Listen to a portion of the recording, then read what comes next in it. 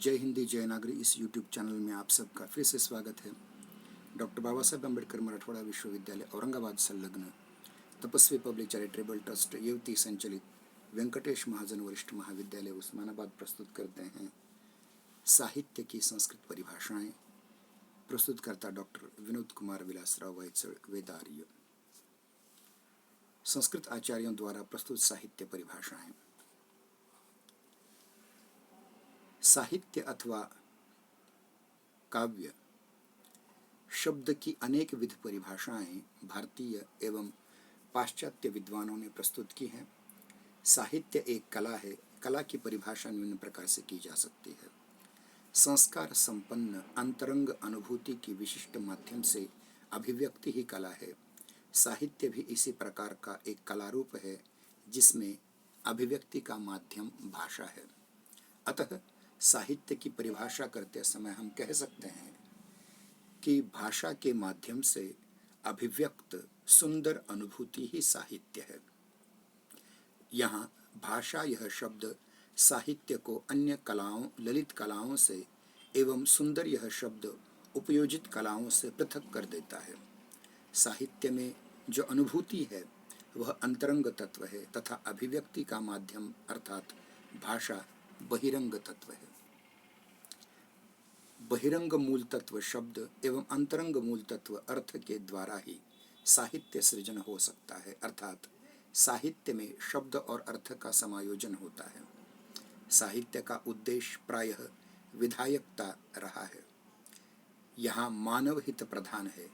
हितेन सह सहितम तस्य भावः साहित्यम अर्थात अथवा सहितस्य भावः साहित्यम, इस प्रकार की परिभाषा भी मिलती है। जहाँ तक परिभाषाओं का प्रश्न है, आज तक साहित्य की ठीक ढंग से सर्वमान्य परिभाषा नहीं हो पाई है, क्योंकि ये सारी परिभाषाएं या तो अव्याप्ति दोष से युक्त हैं अथवा अतिव्याप्ति दोष से युक्त हैं। भारतीय संस्कृत आचार्यों द्वारा साहित्य की निम्न प्रकार की परिभाषाएं प्रस्तुत की हैं। सर्वप्रथम आचार्य भरत मुनि का हम नाम लेते हैं। संस्कृत साहित्य स्वरूप विश्लेषण का प्रारंभ आचार्य भरत मुनि रचित नाट्यशास्त्र से माना जाता है। यद्यपि नाट्यशास्त्र का प्रतिपाद्य विषय नाटक है, तथापि यह साहित्य के पर्याय के रूप में भी स्वीकार किया जा सकता है। आचार्य भरत मुनि कहते हैं, मृदु ललित पदाढ़्यम गूढ़ शब्दार्थहीनम जनपद सुखबोध्यम युक्तिमन नृत्य योग्यम बहुकृत रसमार्गम संधि संधान युक्तम भवति जगत योग्यम नाटकम प्रेक्षकानाम। अर्थात मुलायम सुंदर पदों से युक्त, जिसमें गूढ़ शब्दार्थ न हो, जो सर्वमान्य जनपदीय लोगों को आसानी से समझ में आ जाए, सर्वसामान्य जनपदीय लोगों को आसानी से समझ में आ जाए, जिसमें अलग अलग युक्तियां हो, जो नृत्य करने के भी योग्य हो, जिसमें अनेक रसों का मार्गक्रमण हो, जिसमें 5 संधियां और 64 संध्यंग युक्त कथानक हो, ऐसा नाटक अर्थात साहित्य इस विश्व में प्रेक्षकों के लिए योग्य होता है। आचार्य वेदव्यास। आचार्य भरत मुनि के पश्चात महर्षि वेदव्यास ने अपने ग्रंथ अग्नि पुराण में साहित्य की परिभाषा देते हुए लिखा है, संक्षेपाद वाक्यमिष्टार्थम विवच्छिन्ना पदावली काव्यम स्फुरदलंकारम गुणवद्दोष विवर्जितम। अर्थात संक्षेप में अर्थ प्रकट करने वाली पदावली से युक्त वाक्य जिसमें अलंकार एवं गुण हो तथा दोष रहित हो, उसे साहित्य या काव्य कहते हैं। आचार्य भामह। अलंकार संप्रदाय के प्रणेता आचार्य भामह ने अपने ग्रंथ काव्यालंकार में साहित्य की परिभाषा करते हुए लिखा है, शब्दार्थो सहितव काव्यम, अर्थात शब्द और अर्थ का सहभाव ही साहित्य या काव्य है। आचार्य दंडी। आचार्य दंडी ने भी अपने ग्रंथ काव्यादर्श में अलंकारवादी आचार्य के रूप में साहित्य की परिभाषा करते हुए लिखा है, शरीरम तावद इष्टार्थम व्यवच्छिन्ना पदावली, अर्थात इष्ट अर्थ रूपी आत्मा का वर्णन करने वाली पदावली रूप शरीर ही साहित्य अथवा काव्य है। 5वें हैं आचार्य वामन। रीति संप्रदाय के प्रवर्तक आचार्य वामन ने अपने ग्रंथ काव्यालंकार सूत्र वृत्ति में साहित्य की परिभाषा करते हुए लिखा है, काव्य शब्दोयम गुणालंकार संस्कृतयो शब्दार्थयोर वर्तते, अर्थात गुण एवं अलंकारों के दोनों प्रकार यानी शब्द गुण अर्थ गुण, शब्द अलंकार और अर्थ अलंकार से युक्त रचना ही काव्य या साहित्य है। छठे आचार्य हैं आचार्य रुद्रट। आचार्य रुद्रट ने अपने ग्रंथ काव्यालंकार में साहित्य की परिभाषा करते हुए लिखा है, ननु शब्दार्थो काव्यम, अर्थात केवल शब्द और अर्थ ही निश्चित रूप से काव्य या साहित्य हैं। सातवें आचार्य हैं आचार्य राजानक कुंतक। आचार्य राजानक कुंतक ने अपने ग्रंथ वक्रोक्ति जीवितम में साहित्य की परिभाषा करते हुए लिखा है, शब्दार्थो सहितो वक्र कवि व्यापार शालिनी बंधे व्यवस्थितो काव्यम तद्विद आह्लादकारिणी, अर्थात शब्द और अर्थ का व्यवस्थित बंधन जिसमें वक्र कवि व्यापार हो तथा जिसके द्वारा आनंद प्राप्ति हो वही साहित्य है।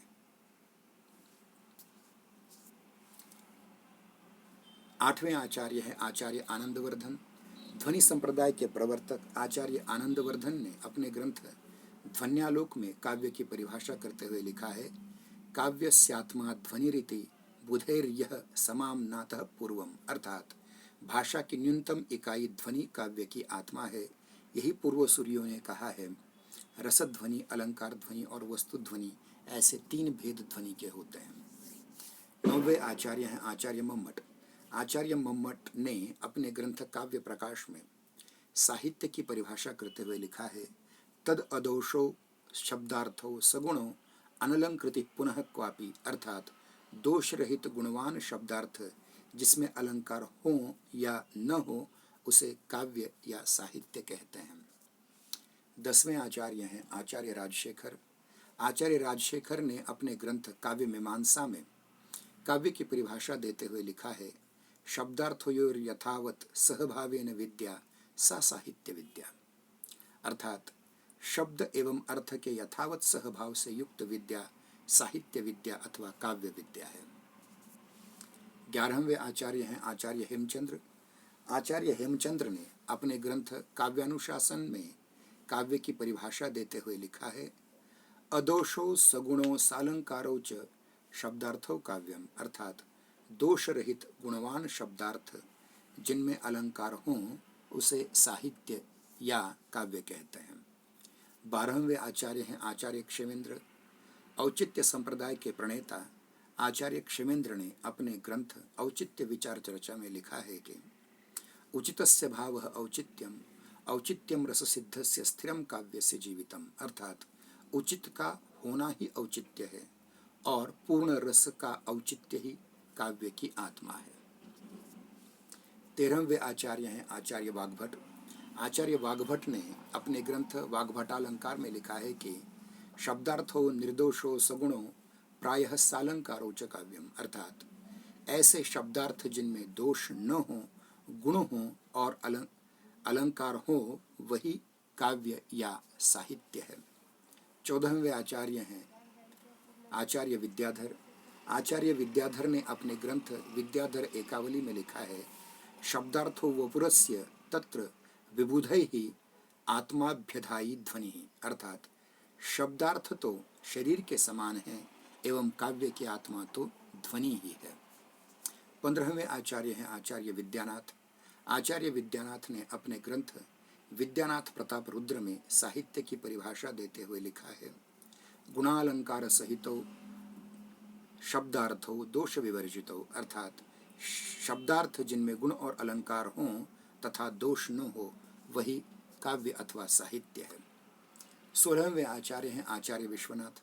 आचार्य विश्वनाथ ने अपने ग्रंथ साहित्य दर्पण में लिखा है, वाक्यम रसात्मकम काव्यम, अर्थात रसयुक्त वाक्य यानी शब्दार्थ ही काव्य या साहित्य है। 17वें आचार्य हैं आचार्य पंडितराज जगन्नाथ।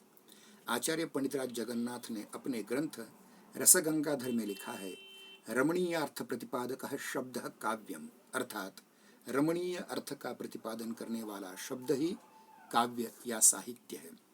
उपर्युक्त कथन से स्पष्ट है कि लगभग सारे भारतीय आचार्यों ने शब्द एवं अर्थ की अनिवार्यता स्वीकार की है, परंतु जहाँ काव्य की आत्मा का प्रश्न है वहाँ मतभेद हो जाते हैं। इन आचार्यों ने रस, अलंकार, रीति, ध्वनि, वक्रोक्ति, औचित्य जैसी अवधारणाओं को काव्य की आत्मा कहा है।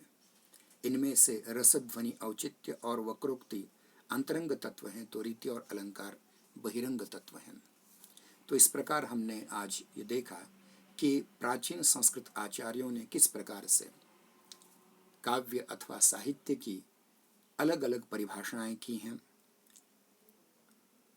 आप सभी दर्शकों, छात्रों का मैं धन्यवाद ज्ञापन करता हूं, और इसी प्रकार के अगर वीडियो आपको और भी अन्य देखने हैं तो आपसे विनम्र अनुरोध है कि हमारा यह जय हिंदी जय नागरी चैनल सब्सक्राइब कीजिए, इसके बेल आइकन को दबाइए, ताकि आपको इसके नोटिफिकेशन बार बार मिलते रहे। इसे साझा करने का प्रयास कीजिए और अन्य छात्रों से भी कह दें, ताकि परीक्षा उपयोगी सामग्री आपको बार बार मिलती रहे।